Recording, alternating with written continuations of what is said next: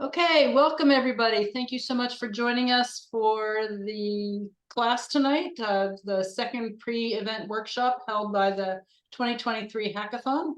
Tonight we have Salesforce and Brian Murphy, who will give you some details on his background, and he's going to do a idea to application using clicks, not code, using the Salesforce Platform training.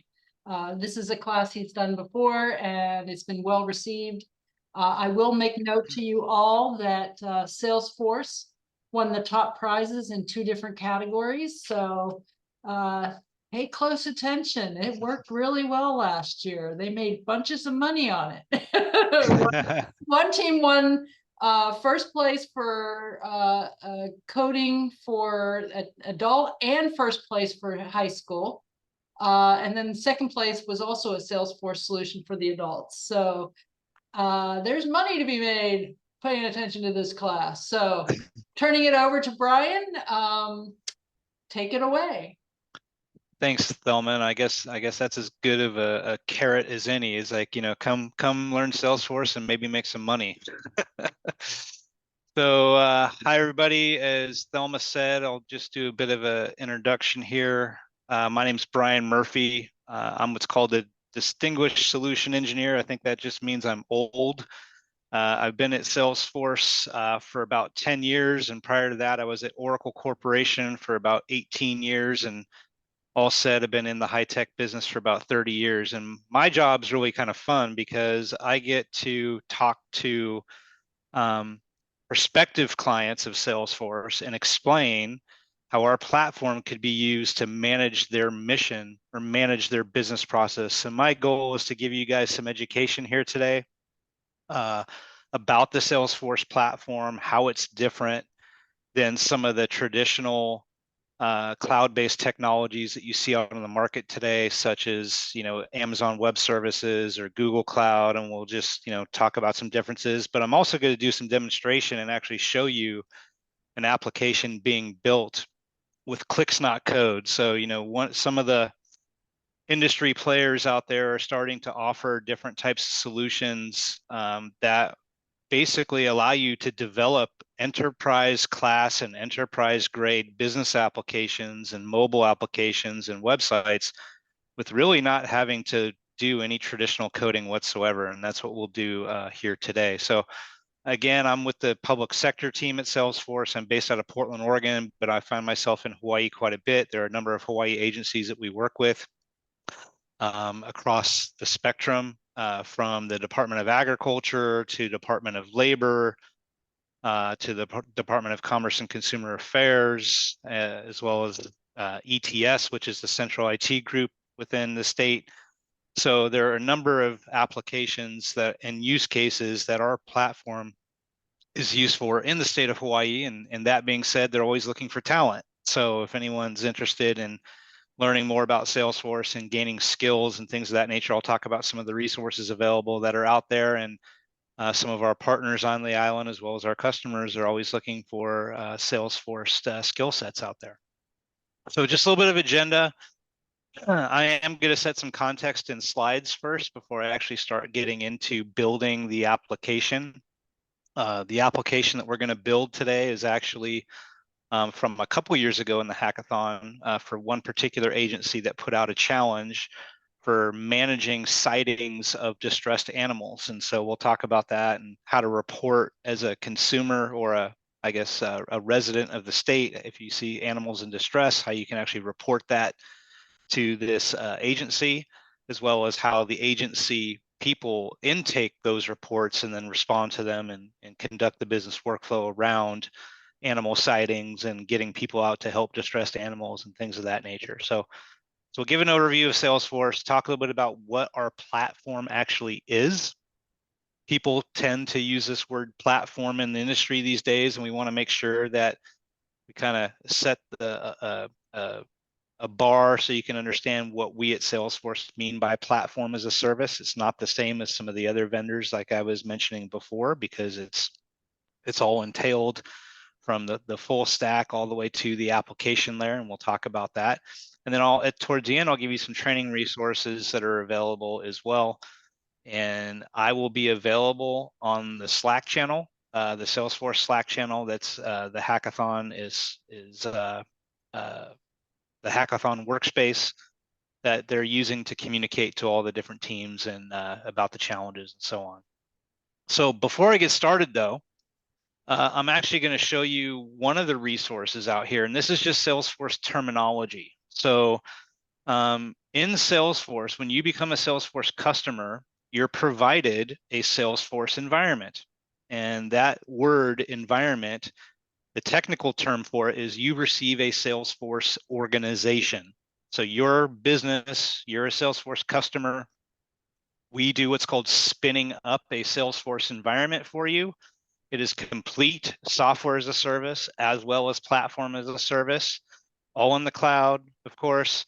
And so this terminology that we use, the Salesforce org, the Salesforce instance, your Salesforce environment, your Salesforce account, this all means the same thing. And we have a resource on our developer website at developer.salesforce.com. So I'm going to swipe over there here real quick. So this is developer.salesforce.com. And you'll see that there are a bunch of, I got to minimize this window here so I can see, there's a button up here to browse trials. And there are a number of different types of Salesforce trials, but the big one that we're going to be using for this is what we call a Salesforce Developer Edition. And this is a full featured Salesforce environment, as it says here. Anybody can sign up for it. The only sort of difference is, or the only limitation in this environment is that it only has 2 full user licenses in it. So you can have 2 administrators, 2 developers developing in this account, or for purposes of the hackathon, you could give every developer the same username and password, and you can all use the same username and password, log into this environment, and begin building using Salesforce. So I'm going to go ahead and put in some information here so you'll see how quick it is to sign up for a Salesforce account. The email is my Gmail, my personal Gmail account. And my role, I'm a developer. I work for Salesforce.com. I'm in the United States. And I'm in the state of Oregon currently. And my zip code. And then now the username here is unique across every Salesforce environment in the world. So if you just type in, John at salesforce.com and you try to sign up for an account, it might already say that that username is already selected. So I'm just going to do a typical naming convention that I do for demos, where I'll type in my first initial last name at Hawaii hack.demo. So any Salesforce account that you create or username that you create just needs to be in the form of an email address. So it could be p.murphy@hello.world. It could be anything really, just as long as when you go to sign up that it's not a duplicate of someone else's username across the world. And you'll know when you try to sign up, it'll say that name is already taken. So I'm going to go ahead and sign up. You should see this bebop boop processing here, and we'll go ahead and let that run in the background as we get started here. So I'm basically spinning up a free Salesforce environment. Typically, when you go into like AWS or Google Cloud, you got all these different services, and you've got all these different, servers, and you've got these databases that you can set up, and you have to install a developer environment and all that kind of thing. And you'll just see basically Salesforce is complete software as a service as well as platform as a service that we go through. So that's the first thing that we're doing here before we get into some of the additional slides as we go through. So that's the developer site. There are other demonstrations or I guess example application environments that you can sign up for. Salesforce also has different types of industry verticals like retail and automotive and public sector and things of that nature, healthcare. So there are different sort of flavors of our applications that you could sign up for to kind of play with them as you go. But just to give you a little bit of a background, typically when we're doing a hackathon or working with government clients, oftentimes they're not familiar with Salesforce. And so One of the things I always like to show here is if anybody's been to San Francisco in the last few years, the skyline has changed drastically, and that big tower that's now the tallest building in San Francisco is Salesforce Tower. And the business that we're in, or the genre of software that we're in, is customer relationship management. That's kind of where Salesforce got its start 25 years ago, is that we manage enterprise class applications in the cloud with just an internet connection and a browser, primarily for organizations that need to operate and run a sales force, and then also a customer service team and a marketing organization and analytics teams. And so over the years, Salesforce has not only delivered and worked in this genre of software of CRM, or customer relationship management, but it's all about how our customers connect to their end customer. So if you take a government agency, for example, every government agency in the world is really in the business of customer service. And what that basically means is that most government agencies today are still kind of working with old technology. You know, still client servers are out, technologies out there, on-prem, mainframes are still out there. A lot of government agencies still haven't really truly modernized to, you know, enterprise grade cloud-based applications. But the whole notion of CRM is to provide a 360-degree view of all the data in your enterprise across your sales, your marketing, your service, your case management, your government programs, your projects, etc. Any type of data that you would manage to support your end constituent or resident or government agency mission is what we're talking about here. So the government agencies typically want that 360-degree view of their constituent, of their partners that they work with, and providers. So if they have other either sister agencies or third-party organizations, they want to give them a window into their database in a secure format so they can actually do business with the government agency. And then, of course, there are different businesses that are out there that might be coming to a government agency to get a permit or a license, or get a business registration, or, you know, submit different types of um, rates and things of that nature to the Department of Commerce and Consumer Affairs, or what have you. So the whole idea here is to have a single view of the customer across all the different aspects and all the different pre-built applications that Salesforce offers. So from this perspective, the whole goal is to make sure that across all these disparate programs, all these different business processes, that whenever that resident calls in or that resident contacts you via a self-service website, that you have every single piece of information. There's no need for them to repeat their story. You have all that information at a moment's notice, and have a 360-degree of all the interactions that that customer, that client, that resident has had with that particular government agency. And we just refer to this platform, this is kind of our marketing name, we call it the Customer 360. And your customer is whoever your customer is. Sometimes they're sister agencies, sometimes they're constituents, residents, the public, etc. And we manage all that information on a single platform. So one of the other big concepts here is that for our customers, typically they'll come to us when they're looking for a particular solution. They have a particular project or need that they've identified. Then they implement Salesforce to, you know, to basically manage the mission for that particular project. But then when 2 years goes by, 3 years goes by, 5 years goes by, and new requirements hit, they don't necessarily have to go back out to the marketplace in order to find another niche solution that meets that particular project's requirements, because the Salesforce platform can basically run multiple applications on a single instance. Because typically, as new projects are developed over time, you're going to have still the same contacts, the same accounts that you work with to get that 360-degree view across all the different programs that the government agency offers. A couple other things about our software and our capabilities. This is basically just going to minimize some of these windows here that you guys can't see. I'm just going to go back here. Is that The job market for Salesforce skills is in high demand. This is an IDC report that is by 2028. There's going to be more than 11,000 or 12,000 or 12 million jobs that are available in the Salesforce ecosystem. These are some examples of different types of jobs around the United States and other parts of the world. And then the job roles within Salesforce that typically are utilized. In the top left corner there, you see this notion of what we call a Salesforce administrator. This is basically someone who manages the entire instance in the Salesforce environment and is really not a traditional developer type of role.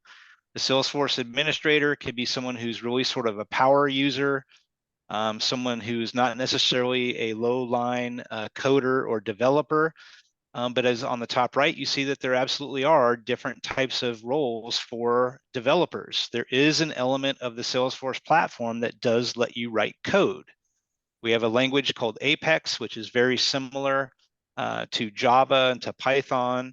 It's an object-oriented language, it's a strong typed language. It's very, very similar. The real big difference is how you actually reference sort of our object structure within the Salesforce data model. And I'll talk about what an object is as we go through. But within our platform, within our ecosystem, there are different types of roles.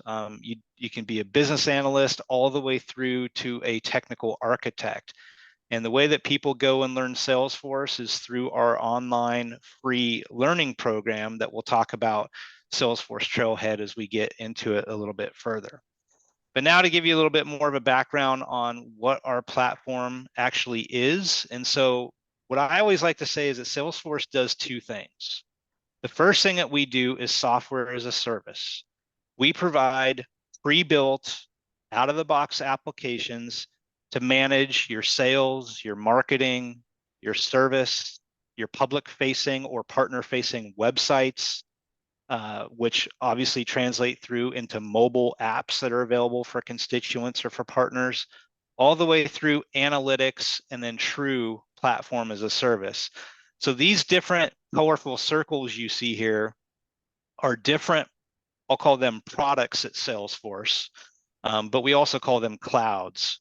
So we have a service cloud, we have a sales cloud, we have a marketing cloud, we have an analytics cloud. Each one of these products per se are different pre-built functionality that allows you to utilize the platform for those types of functions.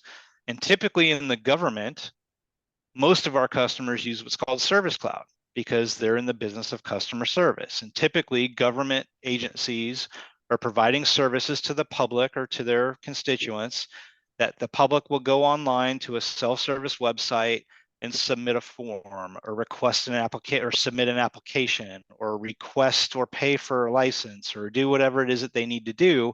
And then the agency needs to manage that inbound service request or case that comes in through their entire workflow process. So typically our government agency customers are utilizing our Service Cloud.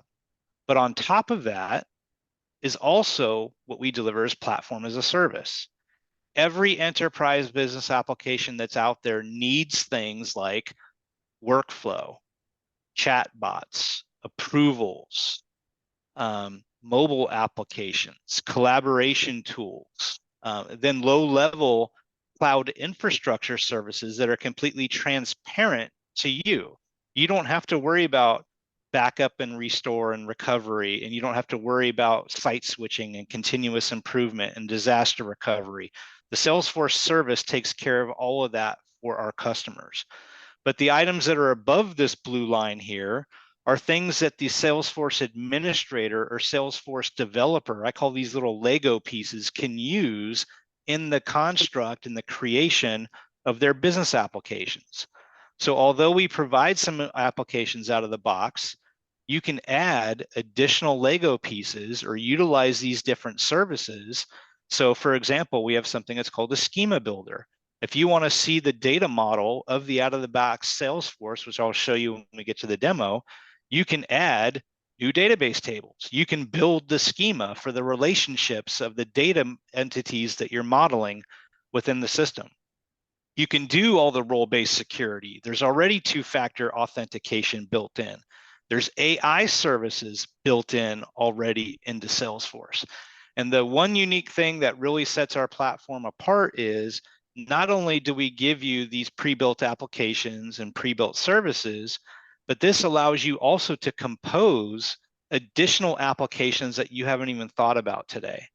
So if you need to do project management, if you need to do enterprise case management, you always can take our out-of-the-box applications and then add on to them to build additional functionality or add on additional Legos in order for that functionality to appear in the form of these different applications.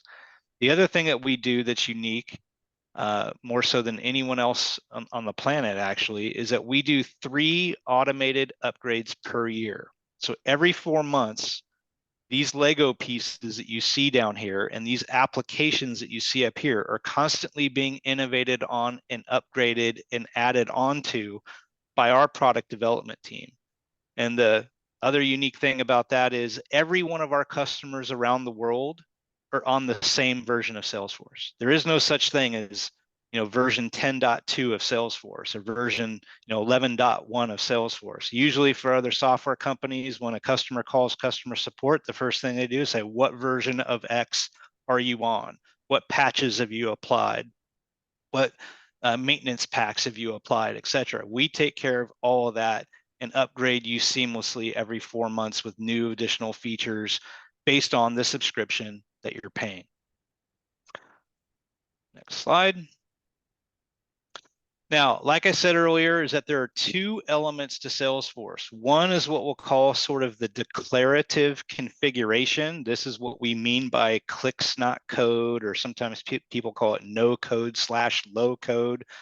But these are just different types of builders within our administrative toolkit that allows you to go in, point and click, define new data elements, define new fields, define workflows, create reports, create dashboards, all these types of things, drag and drop builders, etc., that we use in our platform. Or you can use traditional development environments like Microsoft Visual Studio Code in order to do traditional Salesforce development. You can even do some of the things like creating new fields and workflows through these IDEs. So depending on if you're really on the developer side or if you're more on the administrative side using low code, no code tools, both of these elements are available to you on the platform. Also, AI has taken the world by storm, but this is something that is not new to Salesforce. Since 2014, we've had AI services under our sort of, it's kind of a brand name or a moniker that we call Einstein. Einstein is our character, which just refers to our Salesforce AI services. And I would venture a guess if I could see you all right now and said, hey, how many people have been using ChatGPT in the last 6 months since you heard about it? Probably everybody would raise their hand and find a way to utilize these new generative large language models for being able to provide a prompt and get the large language model to provide you an answer. Well, we're starting to work these things into our platform, but since 2014, we've had a number of Einstein AI services before even this generative technology really started to come out. And Salesforce has been leading the way with our data science team with over 200 patents and 220 some odd research papers that have been authored. The DECA NLP paper that was done here in about 2018 were 10 different elements that we would utilize. This paper described 10 different types of services, everything from vision services. So if someone were on the street in Honolulu and took a picture of a pothole and then uploaded that to a city website, where they took a picture of a paint can next to a mattress, we would be able to use our vision model to look at that picture and then route 2 different cases to 2 different agencies, one for a bulky item pickup and one for a hazmat pickup because the paint can is different than a mattress, for example. So what we're also starting to do is to integrate this GPT technology under the Salesforce Einstein moniker in order to give you and your users additional tools to be able to service customers faster. So things like reply recommendations. When a constituent is contacting an agency online, submits a case, how can that caseworker or agent reply to a constituent's question or their service request that comes in and be able to do that very, very quickly? Other things like case classification, case routing, case wrap up. These are tools that are for productivity of service agents in the public sector to give them AI-based services to allow them to be more effective and more efficient in their daily work. So there's a number of AI services that are available today and some new AI services that were just released back in July, things like service replies and work summaries. So in this screenshot over here, you see somebody commenting in and then utilizing Einstein GPT in order to use a large language model to actually answer back to that particular customer, but still have the business context and the business data that's contained within your enterprise database. So you can actually have a secure and more efficient and effective service experience for your constituents. So just a little bit of an overview of the Salesforce platform and some of the services that we offer. Now, what I want to get into here is describing a little bit about the application that we're going to develop and then jump into the software here. So a couple years ago at the hackathon, there was the Hawaii Marine Animal Response Organization, or HMAR, that had a requirement for being able to put out and build an application in the hackathon to be able to manage and track distressed animal sightings. Currently today, HMAR tracks everything, as you would imagine, on email and spreadsheets. We'll actually show you one of the spreadsheets that they had for tracking all that information. And they have a series of volunteers that answer the phones and take in these calls. So they're basically just populating a spreadsheet and trying to write down who called, what was the information, what type of animal is it, classify them, are there any markings on the animal, etc., and then trying to take notes within a spreadsheet and then determine whether or not they can actually send a crew or send a team out to address that animal that's in distress.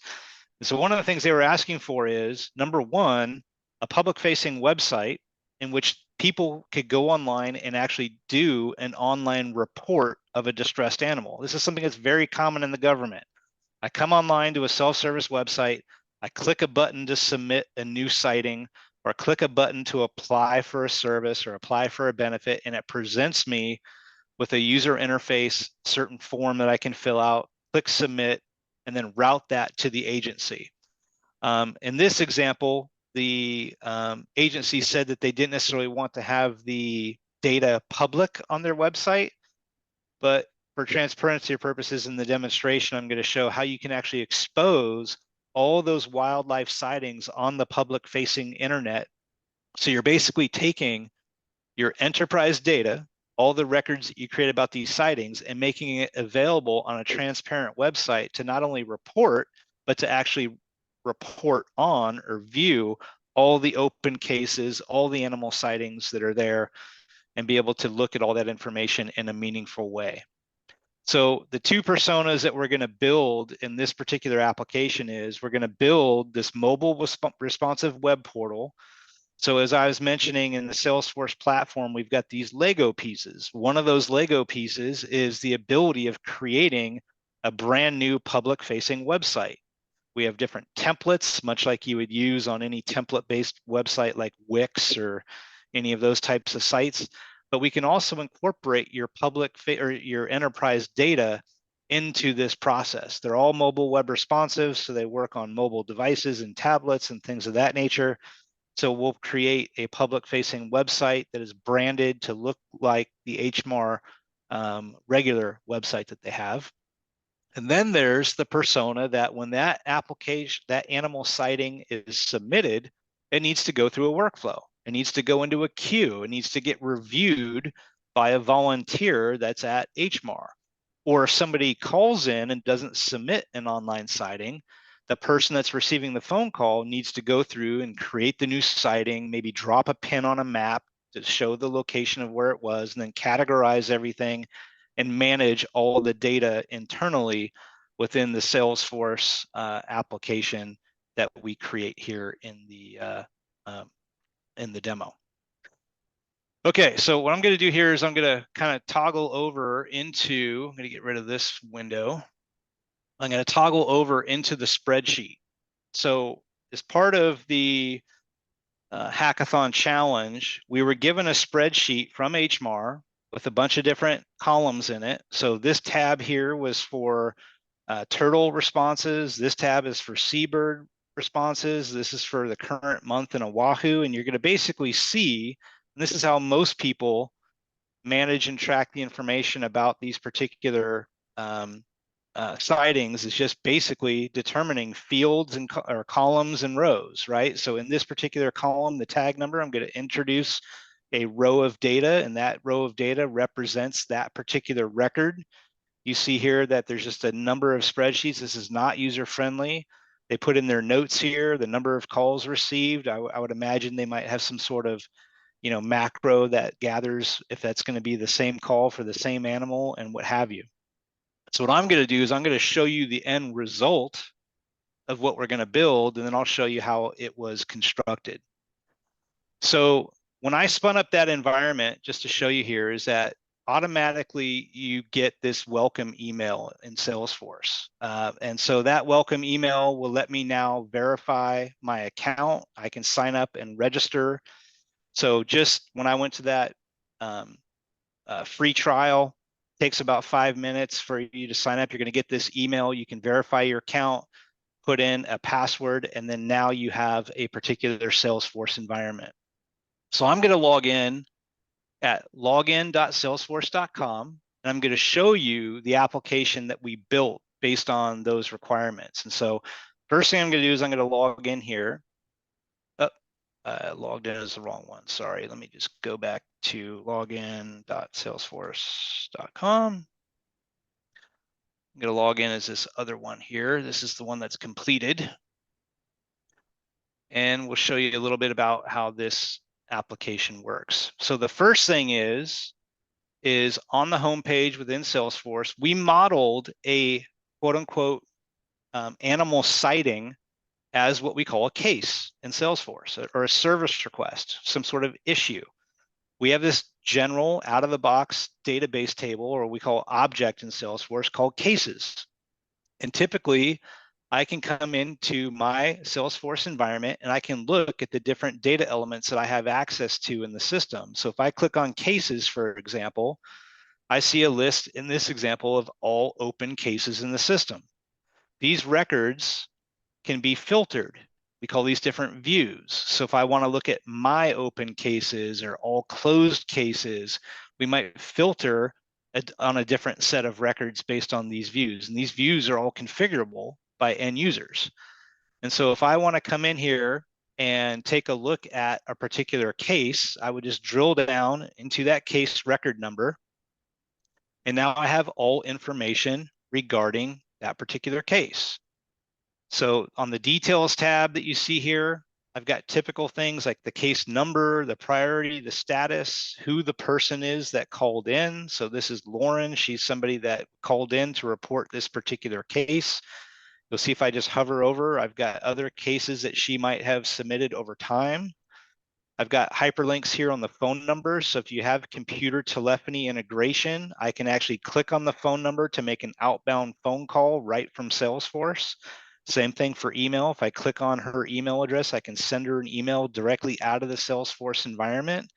And then, of course, we've got different types of fields with different tooltips here, in which I basically translated over from that spreadsheet. So in the example on the spreadsheet, if we're looking at marine life, if it was a case that came in, was it a question? Is it a marine life sighting, or is it just other? I'm going to go ahead and categorize that.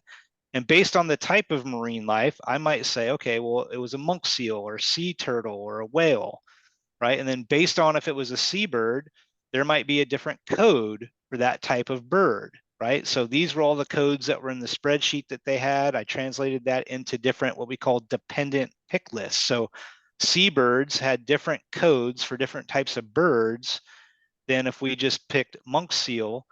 There might just be Hawaiian monk seal, Maui seal, Oahu seal, etc. what was the sex of the animal if it was known, what was the sector. These are just the the items here that were in that spreadsheet, the beach position and so on. Animal status, was it alive or dead? Identifying marks. So depending on if there is different information, we can have single value pick lists or multi-value pick lists in the system. Here we see that if we have tag color identified, you might have to put in a tag number, whatever it is. What's the tag location of where it was? And then you'll see location information. I'm going to go ahead and click save, and it says, oh, I hit a snag. I forgot to enter some information. I'm required to put in the case origin. This came in from the web, or it came in from a phone call, or whatever it might have been. So we'll go ahead and save that. We hit another one. There's marking notes. It says, if you select a tag, so this is an example of being able to configure what we call validation rules. So in this case, I put in that there was a tag and there was a tag number, but I didn't put in any marking notes. So in order to satisfy that field, I just put in the notes regarding that particular animal, and I'm able to save that particular item. Now, that's the example of a back-end volunteer looking at a case record that was reported from the self-service website. What I'm going to do now here is I'm going to log in, or actually go to the public-facing portal that we created, and this is a Salesforce-based website. So when you have a Salesforce environment, you can create public-facing websites based on templates. And notice that I'm not logged into the system here, because we can provide either unauthenticated websites or authenticated websites. And so when I came down here, we said, okay, we want to click one of these boxes below in order to actually report a marine animal sighting. And when I click on that tab, I go into a particular component that lets me drop a pin on a location. Now, this is animal sighting, but this is also very similar if you're familiar with government agencies for local government, like 311, reporting potholes, reporting things around the city, graffiti, and so on. So I could zoom in to a particular location, and you'll see here that it's basically taking in the lat and the long as well as the address here. So I can go ahead and select that I'm going to report a marine life issue. This is regarding a monk seal. And I'll say stress monk seal by the outrigger. And if I were doing this properly, I'd probably go down here because the Outrigger Canoe Club is right about there. And I'll specify that address. And then you'll see things like upload an image. So if someone's out and about using their mobile phone instead of on their desktop like I am, I can come in here and upload a picture. I've got a picture of some monk seals here over by the Outrigger Canoe Club. And in fact, I just was there last week, and I saw the seals there. So I took the picture and I thought, hey, that'll work well for my demo. So go ahead and click next. Now, you see that most government agencies also want the ability for the public to go ahead and report anonymous sightings or anonymous tips, or if they log in or if they want to provide their contact information, they can go ahead and do that. But I'm just going to go ahead and select next. I get a little bit of a confirmation request, and I'll go ahead and confirm that.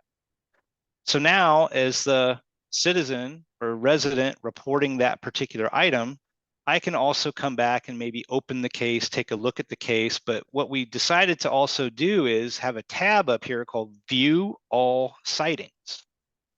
And so now, as a public-facing website, we want to expose some of the corporate data. In this case, all of the marine sightings we want to make public, so the public can come online and take a look at them, see what the status is, take a look, and obviously the agency can determine which information, which pieces of information that they're allowing for the public to see in the system. So now if I just come in here and I select, a marine life cases within a 50-mile radius, and we've now got pins on the map, and I can go ahead and drill into any one of these cases and take a look at that data from a public-facing standpoint. So if I look at case number 43 here, I now have a window into that particular case. This is one I must have done back, it looks like November 5th of 2021, where I took a picture from my desk. But the idea here is that you can expose as much or as little data on the public facing portal to the public without them having to log in order to be transparent.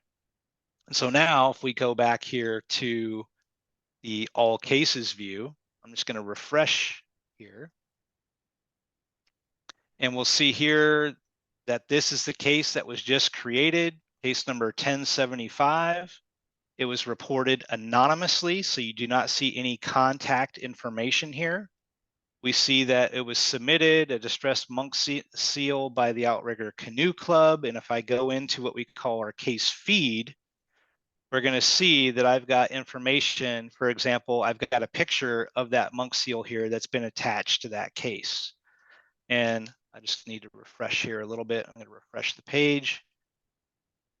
And you'll see that now we've got that map component that's here. And if I wanted to change the latitude and longitude, I could actually zoom in here, pick a different location, and you'll see at 3187 Diamond Head. Once I change that, you'll now see down here that 3187 Diamond Head is the location with the latitude and longitude and all of the other pieces of information. Now you'll notice a lot of these fields here are blank because we didn't provide those fields on the customer facing form.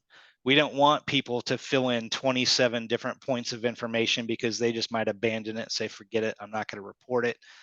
I'm either going to call in and give that information over the phone, or I did a quick picture on my phone, submitted it to the agency in the system there. So now what we're going to do is kind of take a look at going into a brand new Salesforce environment. So what I'm going to do here, I'm going to get off of my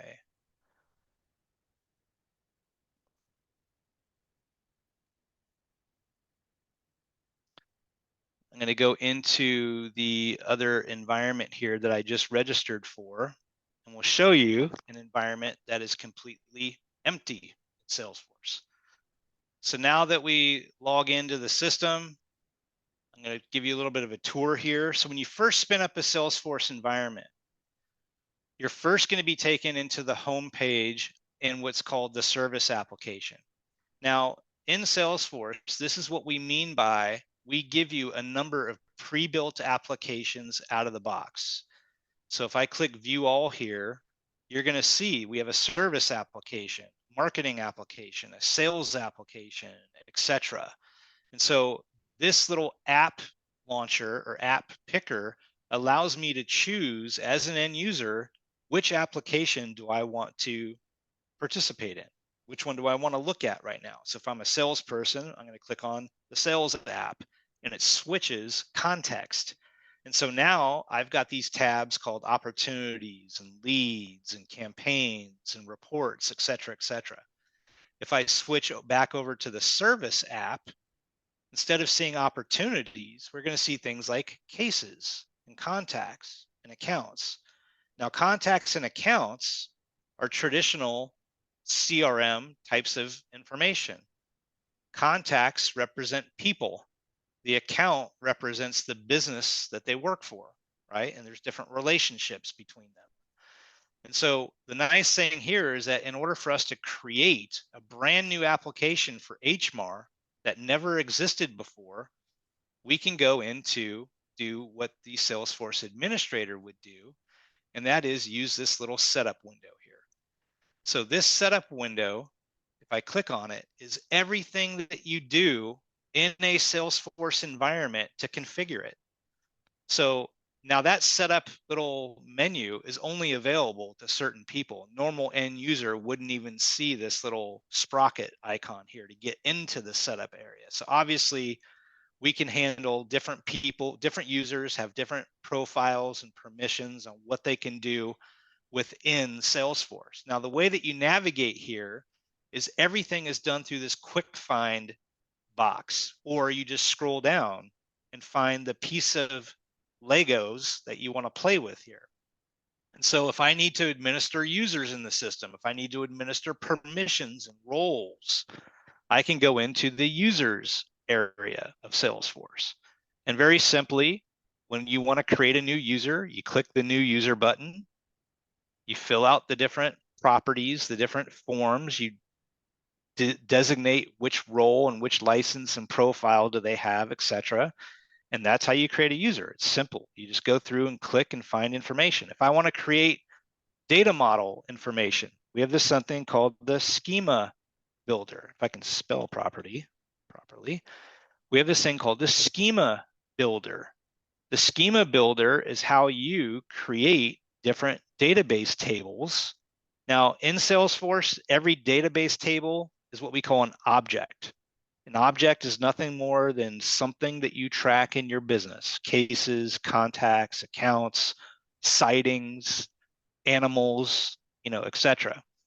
And so you'll notice here that I'm going to hit clear all, that I've got what we call standard objects, and I've got custom objects. These are objects that are created by developers, by administrators. Salesforce gives you a standard data model out of the box. If I select standard objects and I say select all, and I can click this, and you'll notice here that this huge entity relationship diagram is very ugly when you say select all. So I'm going to go ahead and just say, let me look at accounts, assets, and cases, and contacts, just so you can kind of get an idea. Contacts, and I'll say auto layout. And so now I can kind of see how these different pieces of information are related to one another in the system. Now, the interesting thing about the requirements that we had for HMAR is, hey, we have animal sightings. We want to create a case. We want to create a record to represent the animal sighting. Well, in Salesforce, we already have an object called a case. We already have people. Those are the people that are reporting the incident or the sighting or whatever. In the HMAR app, I don't really need to use maybe assets unless assets are maybe the tags that go on the tail of the bird or the seal or what have you. So in Salesforce, we already have some of these pre-built data objects that are in the system. And so now what I'm going to do here is I'm going to show you, how do you create a brand new application that never existed before? Well, there's this thing called the App Manager. So if I go into the App Manager, this is how I create a brand new app in Salesforce. And you'll see these developer edition accounts already have a bunch of pre-built apps that are already in Salesforce. But I'm going to create a brand new one here. So I'm going to say, now Lightning, that's just a marketing name that we have. Lightning just means it's our more modern user interface. We used to have kind of an older user interface years ago, but we're going to create a brand new app. I'm going to call this the HMAR app. And this is for HMAR animal sightings. I can upload an image. So I think I've got a graphic here of the HMAR logo. So there's their logo. I'll just go ahead and add in their logo. And I'll click next. In Salesforce, as an administrator, this is what we mean by declarative. I'm declaring different properties about this app. Do I want it to be standard navigation, console navigation? And we'll talk about what the differences are there. Do I want to disable, do I want to do this or not? Do I want to clear workspace tabs? Now, you're not going to know what all these things mean right now, so I'm just going to go ahead and basically kind of set it up how I normally would. Utility items, you'll see this little toolbar in Salesforce allows me to put in different app utilities, like a history utility. So what are the history of records? I want to put in a notes utility. I want to put in a phone utility for CTI soft phone. I want to put in a chart or a graph. So these different items that you see here are what we call components in Salesforce, and you can make them available in the utility bar so that they're quickly available to you as an end user. Now, available items. Well, in our app, we want to have a home page. So there's already a home object. We want to have contacts. These are the people that are calling in to the call center. We want to have cases because cases represent the sightings that are coming in. And we might want to have reports because we want to run reports. And we also want dashboards because dashboards are a common way to display more than one type of report. So you'll notice that none of these are custom. These are out-of-the-box Salesforce objects. That's what we meant by out-of-the-box applications that already exist. You don't have to do anything for. I'm just going to go ahead and click next. Now it says, who is this app available to? So if you have 100 Salesforce users in your company, who is going to be allowed to see this HMAR app? Now, in these developer environments, everyone that creates an environment, you guys are what's called the system administrator. So I'm just going to add this to the system administrator profile because that's what my user is. I'm the administrator. So right now, only the administrator has access to this app as they're building it and testing it. And then maybe come production or whatever, you add more types of individuals. And so now I've got a brand new application that never existed before. And guess what? That application shows up inside my app launcher. And so right here, I've got the HMAR animal sightings app. I can drag it to the top of my list and I'll click on it and I'll say, here we go. Here's my HMAR animal sighting app. However, when I go to cases, the out-of-the-box Salesforce case object, and I'm going to click new record here, this doesn't have any fields in it that are related to the wildlife. The only thing I did here earlier today was I came in and I added some pick list values to this type. This is an out-of-the-box type field. So if this were, a distressed monk seal, I can put in a description, internal comments. These are all the fields here. I can say, who's the contact reporting this? Oh, Lauren is calling me. She's reporting this. It's regarding marine life and it's regarding a monk seal. And then I can type in the latitude, longitude, the address if I need to. And I'm just going to go ahead and click save. But you'll see none of those other fields that I showed you earlier are in this application yet. And so now I basically just have this sort of shell of a case. I've got some out-of-the-box Salesforce capability in terms of user interface. So I've created this record 1030 and I've got these buttons up here. I've got these feed items. This is what we call Salesforce chatter. This is basically kind of like a social collaboration feed. So the way that we use this is just kind of like Slack, but this is internal to Salesforce. So I could actually post to, I don't know if I have any other users in here. I'll just post to myself. Hey, Brian, can you help with this customer issue? And of course, if I share that, that's going to notify me and keep a history of all the collaboration that's gone on into this record within the system. So I have that sort of social collaboration feed. I can send an email to the client. So when I click email, it allows me to send an email to Lauren straight away, and I can actually pick from different email templates. So we might pick the HMAR marine animal sighting template, and that allows me to insert that template.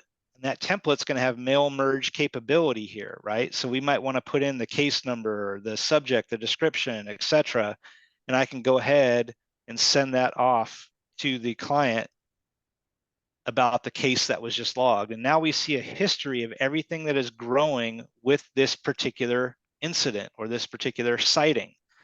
Now the question comes that, okay, well, what if I need to now, I'm gonna go up here to the spreadsheet, and I want to add a field called beach position or how identified or tag number or tag color, etc. So how do we go ahead and do that in the system? Well, within this object called the case object here, I can go into this little sprocket again, and I can say edit the object. The object is the data entity that we're tracking. In this case, it's a case. Now, Here is the administration screen for the case object. So I can create fields, I can create page layouts and a bunch of other things here. But the basic idea is if I want to create fields, and these are the pre-built or out-of-the-box fields that are on the case object here, I can simply come in and declare by clicking New, create a new field. And in this example, I can create a relationship to another object and do a lookup. I can create a checkbox field, a pick list field, or what have you. So I'm going to go ahead and select pick list. And I just click next in the wizard. Next thing I'm going to do is I'm going to give this a name, each position. I can enter values. And I don't know if this is, I don't know, I'll just call it value A, value B, value C, etc. I can provide a description. I can say use the first value as a default value, display the values alphabetically. So just clicking, these different check boxes, etc. Please select a beach position. We'll see that there is a way in Salesforce to declare what we call formulas. So this is like taking, I can create what are called formula fields. I can take the value in field A plus the value in field B and concatenate them together into a field C. So you might want to display the full address by taking the street plus the city plus the state plus the zip and create a formula field called full address, just so that appears as one field in the system. So there are a number of different capabilities of being able to do things declaratively in the system. Now that I create that field, it allows me to select what we call different permission sets for who has access to this. So permission sets with those objects. And permission sets are different types of things that make them available to different users in the system. So I can just say all permission sets with the object permissions. This basically lets me do read and edit access to that particular item. And then I can specify which case page layout, and I've got 4 or 5 different page layouts. Now, this is an important concept because we can create a different page layout for the citing or for the case that is associated to maybe a manager versus a worker. And so the manager sees all 20 fields on that particular case, whereas the worker might just see, 5 fields or what have you. So the concept in Salesforce is I can create multiple different page layouts and assign them to different profiles. So if I'm a partner or I'm a public citizen, I can have a public citizen page layout to which only 3 of the fields, like the status, the case number, and the description, are on that, so that when they come on the public-facing website, they only see 3 fields on that particular page layout. So I'm just going to add this to all the page layouts, click Save, and I'll show you what that does actually. So if I go to this page layouts area and I click on the case layout, this is sort of a developer view of where those fields are, and then I can drag and drop that field to a different position. And so maybe, for example, here, I want to create a different section. I can drag and drop a different section down here and call this like HMAR attributes. And I can maybe put that field down in that position and click Save. So now when I go back to the HMAR app and I create a new case record, we're going to see the ability to have, let me actually go into the existing case record, and I hope I got the permission thing right, which I didn't. So one of the things here that's set up is the permissions in the system. So there's another setting I forgot to turn on here. So, but generally speaking, that particular section, this is what a section is. If I click overview, if I click location, this is the idea of being able to go and develop the different sections in the system. So now what I'm going to do is I'm going to go back to the existing app that I built where everything was completed, and I'll show you another example of what I was just doing there. So I'm going to go back to this one. And this is an environment where I have all those fields. So I'm going to do another field here. I'm going to go back in and say edit object where I have all the settings turned on that I need. In Salesforce, inevitably, when you're doing development and you notice that something is not turned on, it's kind of like being an airline pilot. There's a bunch of either check boxes or different types of things that you turn on in the system to allow different elements to appear. So I'm going to create a brand new field again. I'm going to use that checklist over here, and we'll call it, I don't know, see if there's another one here, sector. Sector in this spreadsheet, they've got north, south, east, west, Molokai, I guess that was a observer type. They've got different codes. So P, V, and A. So maybe I'll create an observer type here, right? So I'm going to come in here. Let's create a pick list field called observer type. So I'll scroll down to pick list, come back down to observer type. I think it was P, V, and A. Please have some bubble text. Click next. Now I can again establish field level security, who has it visible to them. So these are all the different profiles in the system. I'm making it available to a couple different profiles or all the profiles. Clicking next, and I'll once again add this to all the different case page layouts. And so now when we take a look at the case page layout, we'll show you where that field is by default. So there's that observer type. Now I might want to drag it down here to the markings section, put it under the marking notes. We'll go ahead and save that. And now when we go back to the case here, let's refresh the page.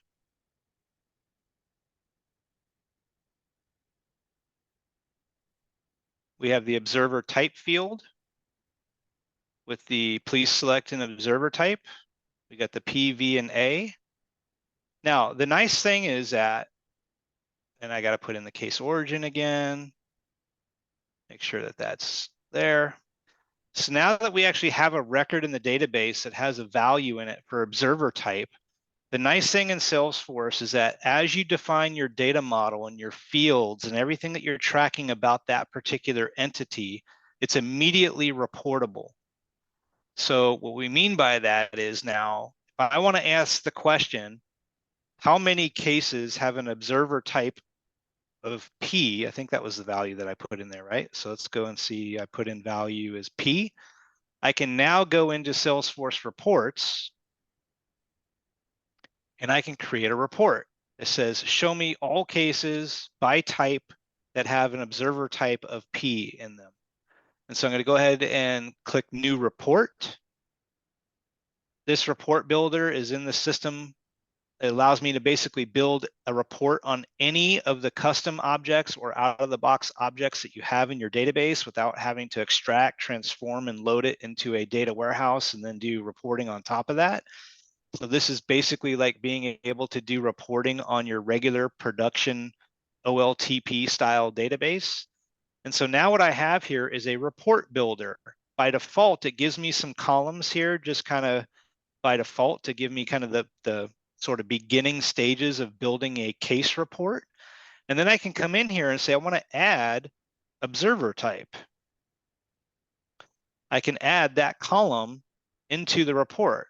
I can also maybe put just like type, case subtype. So we'll take case subtype and type. The other thing that we have here is we can actually drag these to different positions. So if I want to look at all cases, put the type field up there, put the subtype up here. Sometimes the drag and drop is a little finicky. Observer type, we'll move that up. And you'll see here that this gives you sort of a preview. Drag that one. come on. There we go. Drag it. This little checkbox here, or this little toggle switch, is giving me the preview. So there's the one record in the database right now that's got that P, but a couple other things that reports give you are to build filters. Let's say that I want to look at all cases, or I want to look at my cases, or cases owned by a particular queue, because we're routing cases to like a review queue or to a outreach team queue or whatever it might be. So I can look at all cases. I can look at different time segments, and either I can say current fiscal year, previous fiscal year, 2 years ago, this month, last month, this quarter, this week, last week, etc. But I'm just going to leave those filters in there just like that. The other thing I'm going to do is I'm going to group this by type, because I want to look at all the different case types by type. Is it marine life? Is it a question? And then I want to group it by type and subtype. So I can either do another grouping here. I can group columns. I'll just do subtype. And now that I've got some groupings, I can say, let's add a chart or a graph to this particular report. And then, of course, I can pick different types of charts and graphs. Maybe I want a stacked column chart here. And then I can define what I want to stack it by. So I want type to be in that particular item there, right? So here I can do it by type, and subtype is listed. I can now click save and run. I can give this report a name, call it Brian's test report. And I'm going to put this in a private folder or a public folder. You can create folders here that you want to. I'm just going to put this in a public folder and make it available to anybody. Click save. And now it will run that report. And so the nice thing is that I can report on real-time data in the system.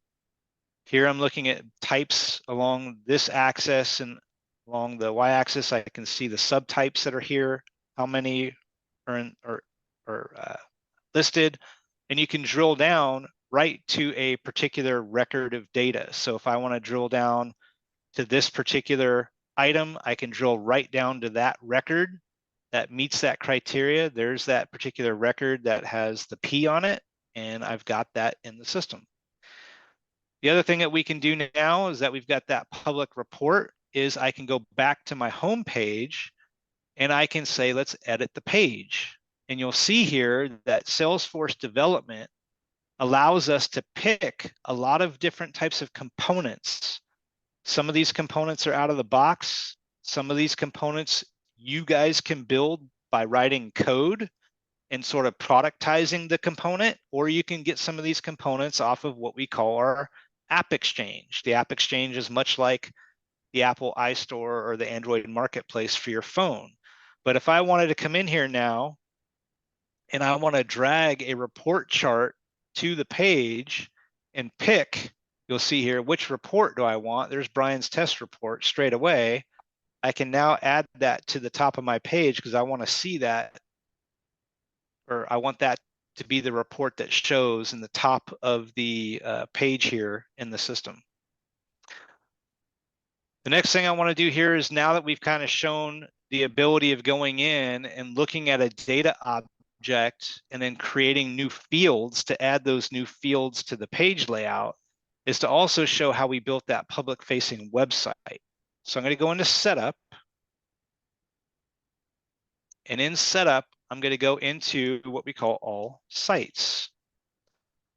Sites in Salesforce allow me to create up to 100 active. You'll see here that I can create up to 100 separate websites, as long, and I should say the ones that are active. So I can have more than 100, but I can only have 100 active websites all at once. I'm going to drill into, now the way that we create a brand new website to put this on a public facing page or public facing site is basically just click the new button. What that'll allow me to do is basically pick from different types of templates. And so if I want to pick the public or customer service template, I can pick that to get started. Now, it takes about 3 or 4 minutes for that to get spun up, the default template there. So now what I'm going to do here is go into the existing site just to show you, go back into setup, and I'll show you the builder. This is the drag and drop site builder. So I'm going to go back into sites. I'm going to go into this builder that we call the site builder. And you're now going to see a bunch of properties here, a bunch of pages, a bunch of different features, components that I can drag and drop to the site.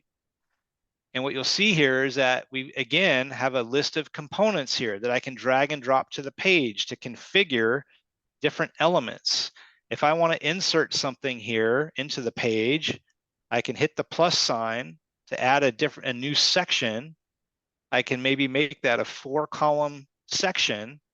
And now I want to put in some different tiles here maybe. So I can put in a component, and I'm just kind of mocking up what I did down here, which was I had 2 tiles on the website to go to different pages that allow me to do these things. So I'm just basically grabbing a tile, and now each one of these tiles has different properties and configurations. You'll see an image URL, you'll see a hyperlink, hover effect, color background, etc. So if I look at this existing tile here, I'm just taking an image right off the public internet and I'm putting it into that URL.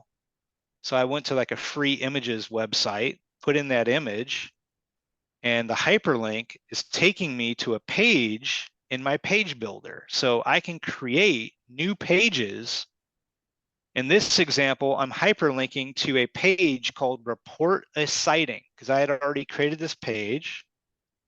So there's a page called Report, if I can type properly, called Report a Sighting. And on that page is where I have that, please complete the form below. This entire thing here is what we call a custom component. So in my list of components, again, you'll see pre-built components, different types of components. And down here, you'll see custom components. This P11311 service request intake, if I drag and drop that component to the page, I'm just basically repeating what I've already done, but this particular this component has different properties here. Like, what do you want the latitude and longitude of the center of the map to be? What fields are we mapping it to within Salesforce? And so these are just properties that we set, and that once those items are established, so in this configuration, I put in Honolulu as basically the center of the map, and I went ahead and basically published out this website. So when you click publish, and actually here, I'll put in hello world. I'm gonna go ahead and click publish. I publish out that site. Now it's active on the public facing internet. And so now when I go to the runtime version of this website, after now it's been published, I can go and take a look at and view the public facing website. And when I go to that particular page, there's those blank boxes again. And it's going to take a second. Did I put it on that page? I certainly did. Oh, I'm in the wrong environment. I'm in the other one where I had it completely done. So we saw on that homepage though, that those boxes are here again. So make the publishing to those particular items, make that page available. There it is. It should be in that system. And those changes are updated basically on the public facing internet, and those updates are made in the application.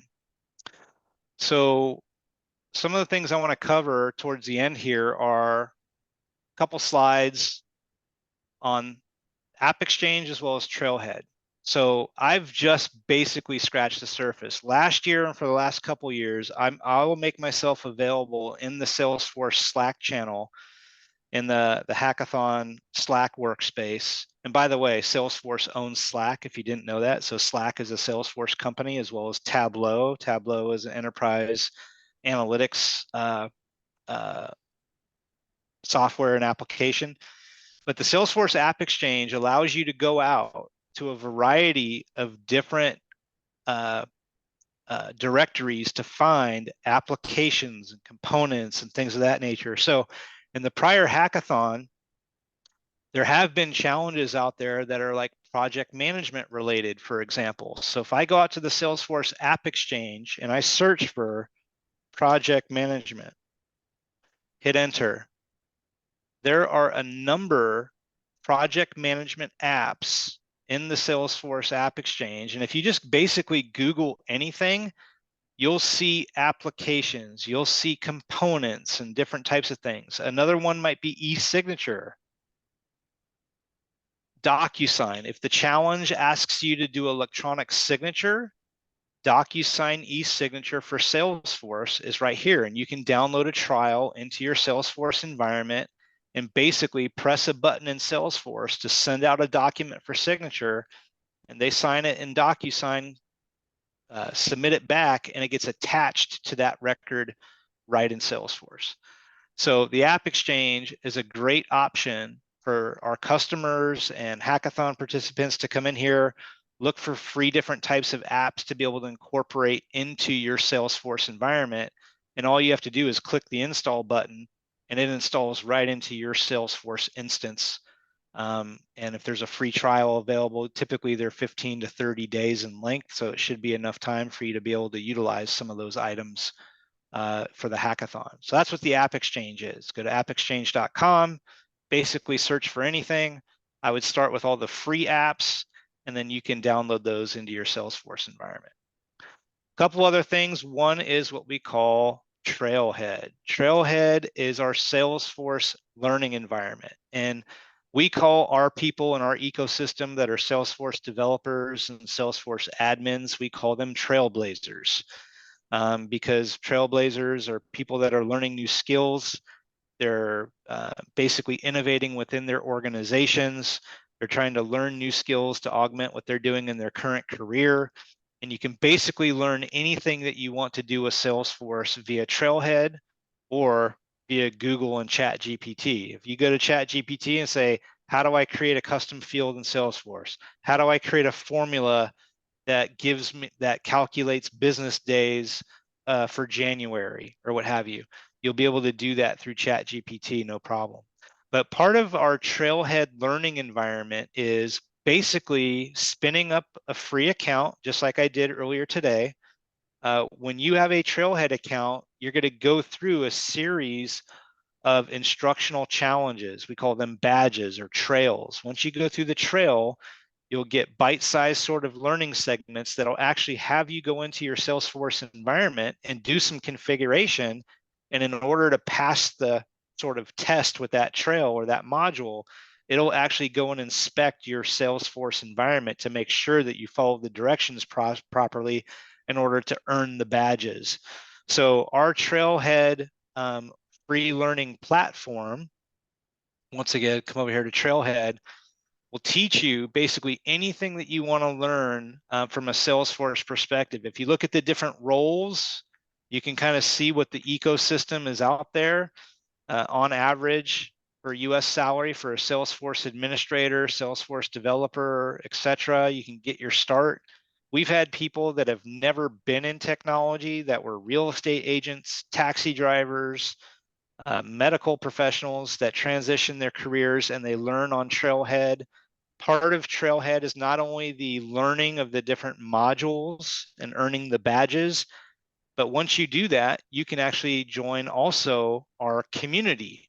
And the community allows you to network with other Salesforce community members, to go to user groups, to find people that are actually posting jobs that are looking for Salesforce talent. So if you're a student and you don't know which way you're going to go in terms of technology, I've got two kids in college right now. One is a junior, one's a freshman, and they are both Salesforce certified already.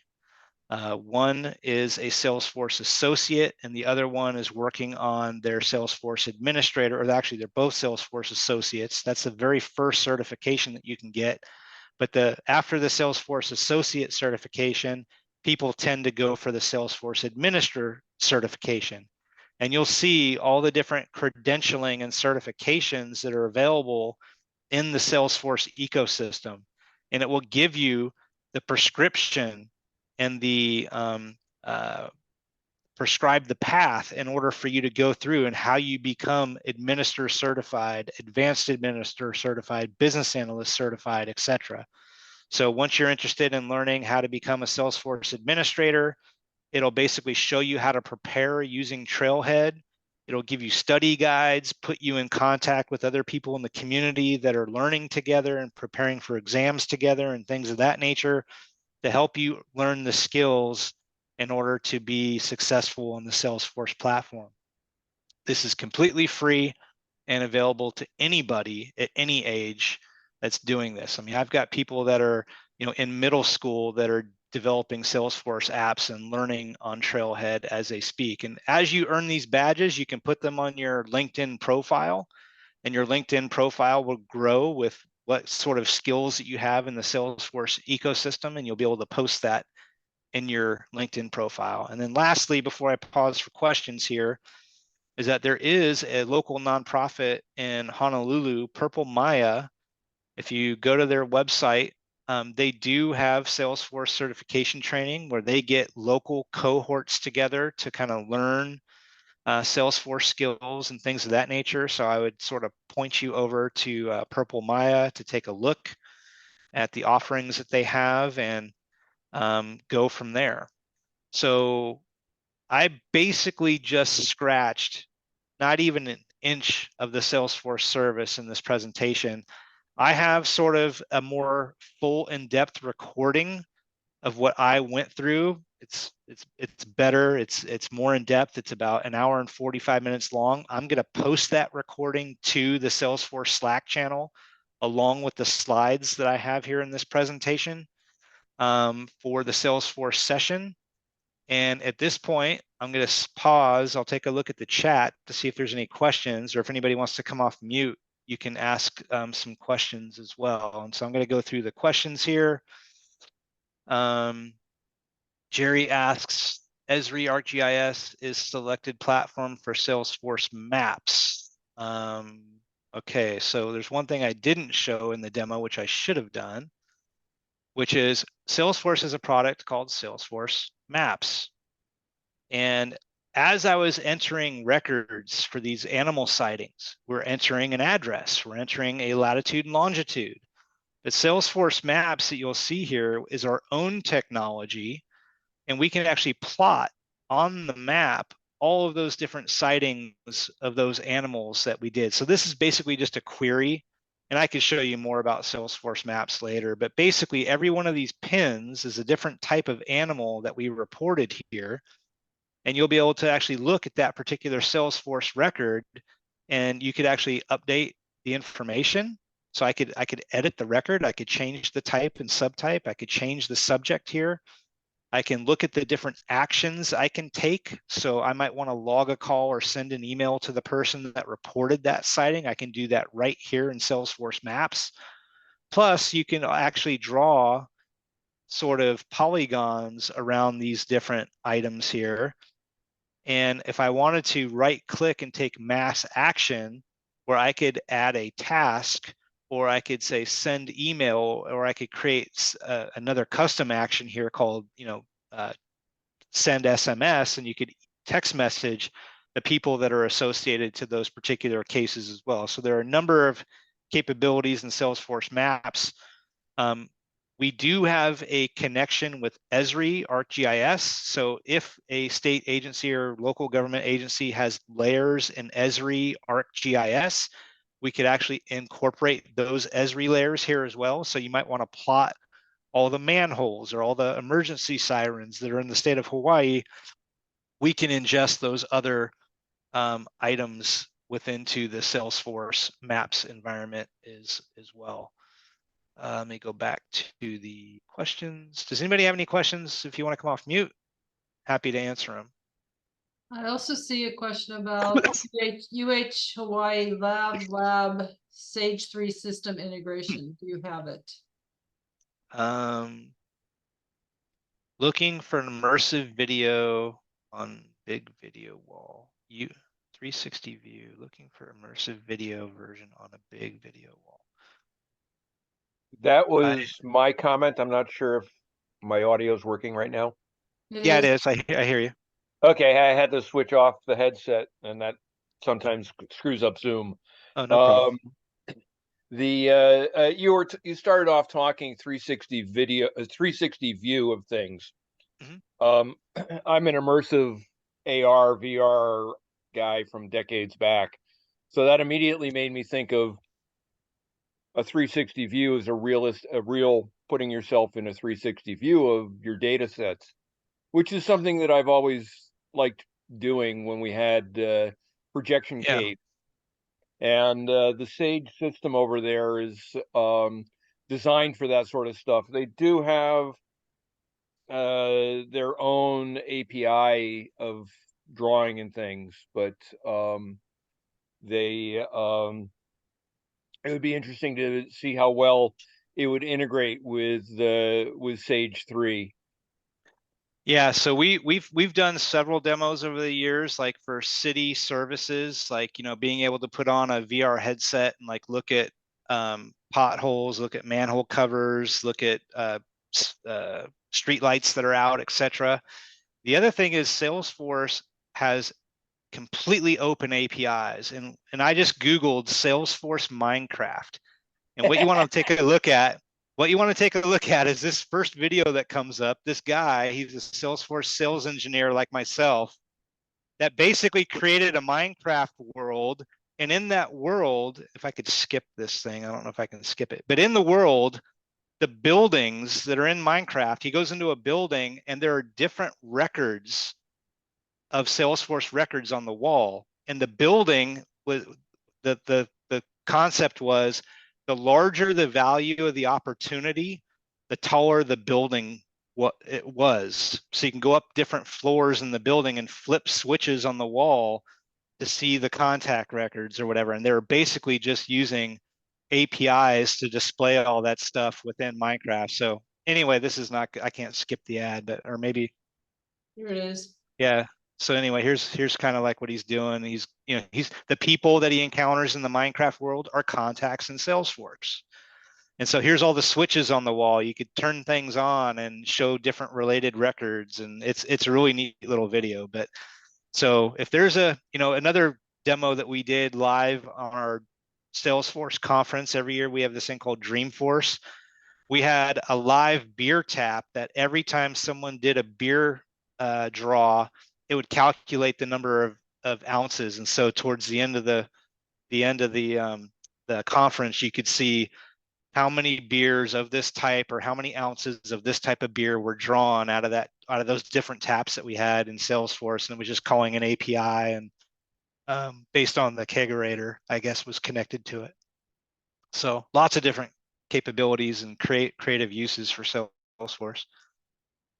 So the next question we have is somebody who's not here anymore, but I think it's worth asking. How would you prevent the public from spamming the app with fake entries?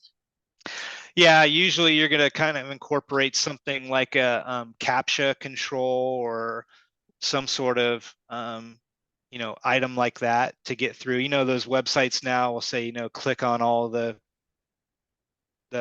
boxes in this grid that are like, I don't know, taxis or something, or buses or whatever. So you can use those CAPTCHA type controls on Salesforce based websites as well. So you're trying to make sure that you're not getting bots that are coming to the site and just flooding it with public records. We have a number of agencies and government entities like Denver 311, San Diego 311, Indianapolis 311. All these 311s are common for like public facing service requests. People could just go anonymously create one, but they have to go through the CAPTCHA controls in order to submit it. It looks like Bob actually answered that question. I didn't catch that. Yeah. That's fine. Or they could authenticate. Yeah, if they Yeah. authenticate. The nice thing about authenticating is if I submit a case, I can always come back and look at like my cases. Here's all the cases that I've submitted over time. Yep. And so it's really easy. And this is what obviously government agencies are usually have to integrate to, which is if I build a public facing website and I want to put your account information out there, Yep. usually they have to go from the web technology and integrate it to Salesforce to be able to pull that data back into their public facing portal and then work out all the multi-factor authentication, the access control. But if it's a Salesforce based site, it's already tightly integrated. I can create the site, I drag and drop case records onto the page, I make it available to a profile, and now when I log in, I see my cases. It's like done in 10 minutes versus, you know, having to integrate my web portal, which is based on Adobe Experience Cloud, to a backend application database, right? Salesforce has it all in one. I got the mobile app, I got the website app, and I've got the employee facing app. But it's one case record, it's one contact record across all of those. All right, well, that was all the questions I have. Does anybody else in person have any remaining questions for Brian while you have him here?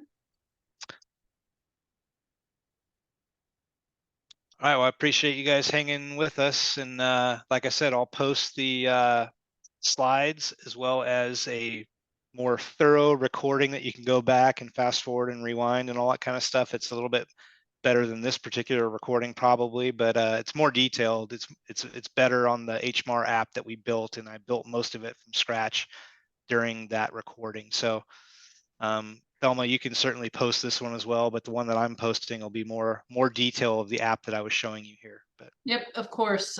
He's going to be doing that in the Slack channel. I will be posting on the HACC website once I get the details. FYI, a little hint: if you look at the Slack, the HACC channel workshops page, down at the very bottom is the recordings from previous years. So the recording you get a post is probably it's probably up there. Yeah. So again, Slack tends to go away after a while, after the challenge is over, because we don't keep it year over year. So this way, there's a backup resource to whatever Brian's providing. So I do want to say thank you, Brian, for yet again. I'm always fascinated with how cool this is. I'm also fascinated with the opportunities professionally for you guys to learn these tools. And I also just want to say, I'm sorry, I'm going to do my own little commercial here. We have 2 more workshops this week, one tomorrow on Wednesday and one on Thursday. If you haven't registered, please register. There's some more data is always valuable. Your resumes are always look more powerful with more choices. And then finally, the kickoff event is next Saturday, the 21st. I will be releasing the link. It goes live tomorrow morning, and I will be announcing it in the Slack channels and so forth tomorrow, but you will also be getting Eventbrite invites and MailChimp invites to that event. Be sure to register for that event as well. That's it for me. I'm going to hit stop recording. All right, thank you.